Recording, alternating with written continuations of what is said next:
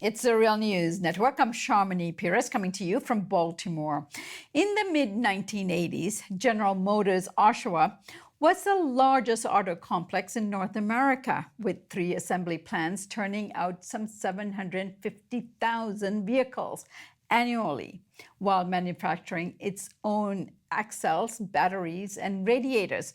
Today, the Oshawa plant and the city of Oshawa is in survival mode.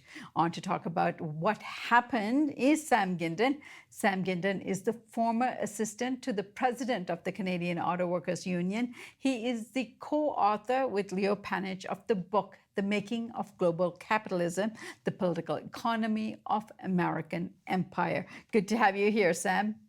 Great to be here. All right, Sam, let's start off with what happened to Oshawa, going from this robust city in the mid-80s as an auto manufacturing city. What has happened? Well, first of all, it's something that's happened to the North American industry as a whole in terms of the big three, GM, Ford, and Chrysler. Since the late 70s, about 80% of the membership, the auto union membership of those companies has disappeared. In Oshawa itself, there were 23,000 workers back in the early 80s. Going into the last round of bargaining in 2016, there was one plant left with about 2,300 workers. In that round of bargaining, the company threatened to not bring a new model in, and the union made very significant concessions, especially for its younger members, in order to save the plant. And then after that was done, after the concessions were made, shortly thereafter, in November of last year, GM announced that there wouldn't be a model for this car and it would close, this plant, and it would close. The union launched a PR campaign to try to save the facility. There were also, at the same time, about 4 facilities in the US that were threatened. And recently, the union got an agreement to save 300 jobs. So that's kind of where we stand now. Now, Sam, help us understand, because GM says that they have to go where the markets are going, that they had originally planned to shut down 8 plants worldwide, including 4 in the US. Now, this is what they need to do in order to survive. What's wrong with this picture? Well, what's wrong with it is that it's incredibly undemocratic, that corporations have this control over everything that happens in our lives, our jobs, our communities. And that dependence has meant concessions for workers, it's meant insecurity, and it's also meant the taxpayers bailing out these companies when they're in trouble. And the message here is that this road of hoping that this will somehow be the salvation, that we can just depend on these corporations for the future, is what's really being challenged here. You look at this and you say, well, where are things going? And one of the questions to ask in the Oshawa facility that we've been talking about with workers there is, look, you've got this facility that can still make all kinds of things. It's got the equipment, the suppliers nearby have the equipment and the flexibility, the workers have the skills. Why can't we make something else there? Save the jobs, maintain a productive capacity. And in terms of what to make, the obvious point again is that if we're serious about the environment, everything is going to be changed in the future, how we live, how we work, how we travel. So why don't we start making things here that are positive and contribute to dealing with the environmental crisis, like electric vehicles that this plant can make. Now, to do that raises some very radical questions, because to pull that off, you'd have to say, we don't want to think in terms of corporate profits. We actually want to think about planning. We don't want to think about competition. We want to emphasize social use and social benefits. And this is a calculation that the corporations aren't making.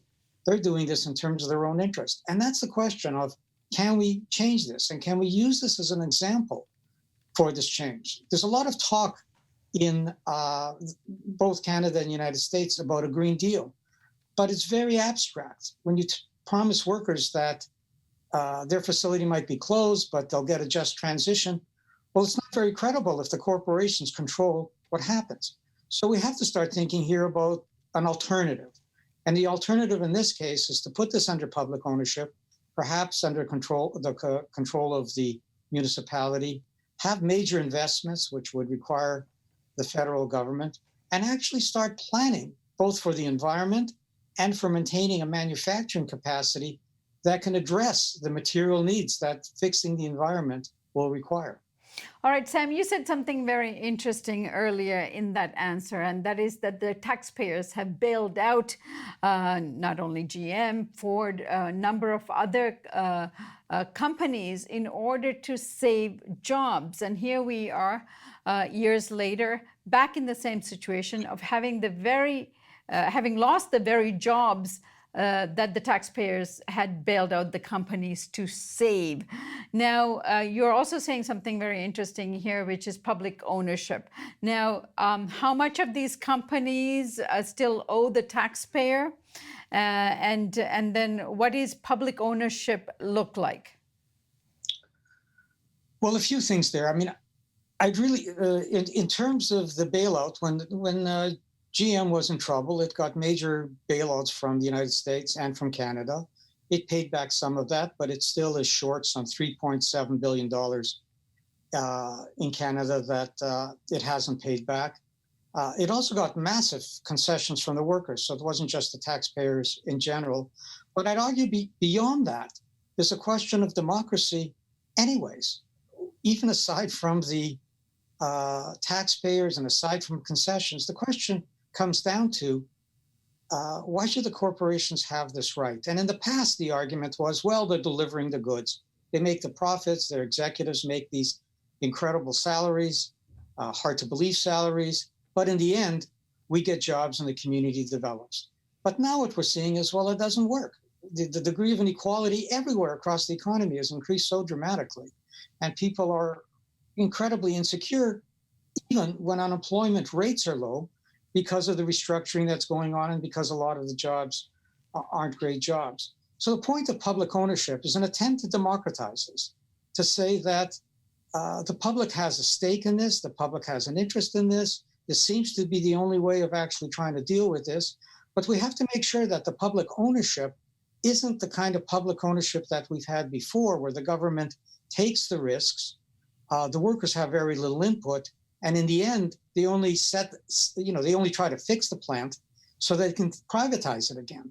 And that's what we don't want. We want something that can actually be a model. It can be a model of workers getting active to fight for jobs, to fight for the future of the country, and to address the environment, instead of a lot of people thinking that workers are a problem in terms of the environment. This is a chance to demonstrate something differently, and it's a chance to show that there's a different kind of public ownership, which involves the community, which has a special role for the workers, and really addresses, the incredible social needs that we face. Sam, there's a number of studies that have been done about how just transition to the very suggestion you make here, which is to a Green New Deal, could look like. In fact, there's been cost-benefit analysis done where retraining workers, giving them some compensation while they are being trained, can be eased into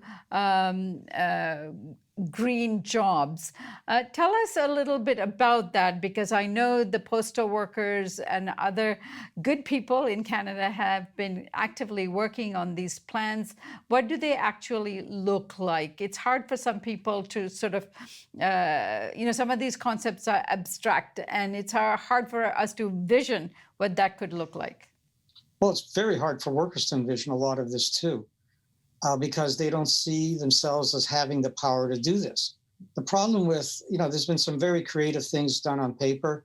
There's been some very creative proposals, especially by the postal workers, in terms of starting to convert the economy and having a just transition. The problem with it all is that it is just on paper. And the point is that you can't just see this as policies. Unless you're ready to challenge the power of corporations and limit what they can do or control what they can do or run it yourself, then this isn't going to happen. To really make a Green Deal happen does mean you have to start thinking about really democratizing power, which means that public ownership might be one way. Other forms of regulating corporations might be other ways. But if you're not going to talk about that, it's going to remain something that is abstract. And what it means in the concrete is that we actually say, what kind of a future do we want? How are we going to deal with the kind of society we want? How are we going to deal with jobs for our kids and our grandkids? How are we going to retain a manufacturing capacity so even if we have a plan of what we can do, we can actually do it because there's the technology and the manufacturing capacity actually resides here rather than has been destroyed or moved. And that's what a Green Deal is about. It's saying that the environment is, the biggest crisis we face, that it isn't going away. It isn't going to go away with gimmicks. It isn't going to go away with just trying to manipulate the market in some way. It's going to require massive structural change that requires planning. And we all have to think about this, and we all have to think about how radical a change this is actually going to mean in terms of power in the society. And that's the question. Are we ready to take that on?